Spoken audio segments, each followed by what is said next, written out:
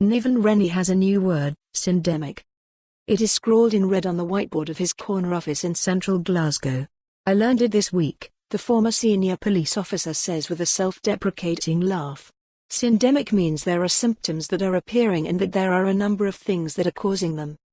The term is medical. It usually refers to health problems, to the epidemics of heart disease, or poor mental health, or cancers which cluster in poor neighbourhoods. Mr. Rennie is director of the Violence Reduction Unit or VRU. So he is talking about his country's homicide syndemic. Because in Scotland violence, murder, is regarded as a health problem. Or so we like to claim. Scotland has made international headlines for reducing violence.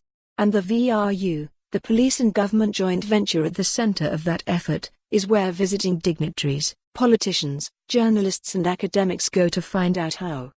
For Mr. Rennie, however, that is an old story. Because violent crime is not falling anymore.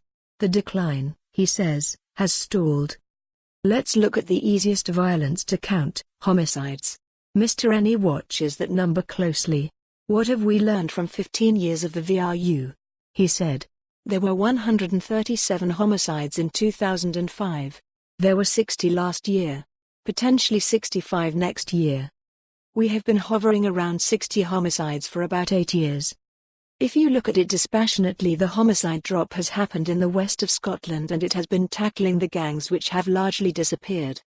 When you look where violence is now, it is not marauding kids running through the streets with knives, it is not racial as they have in England, it is within homes, not just domestic violence, but alcohol being drunk in homes. Pubs and nightlife and culture has changed. People are falling out at home."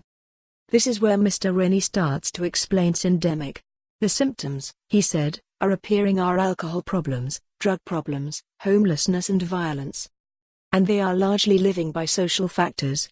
When the gap between rich and power is greater, then violence is worse because people are outside society looking in. So if we are going to make a further step forward in Scotland to reduce this hard line of homicides, 60-odd, it has got to be social. Mr. Rennie sees a problem.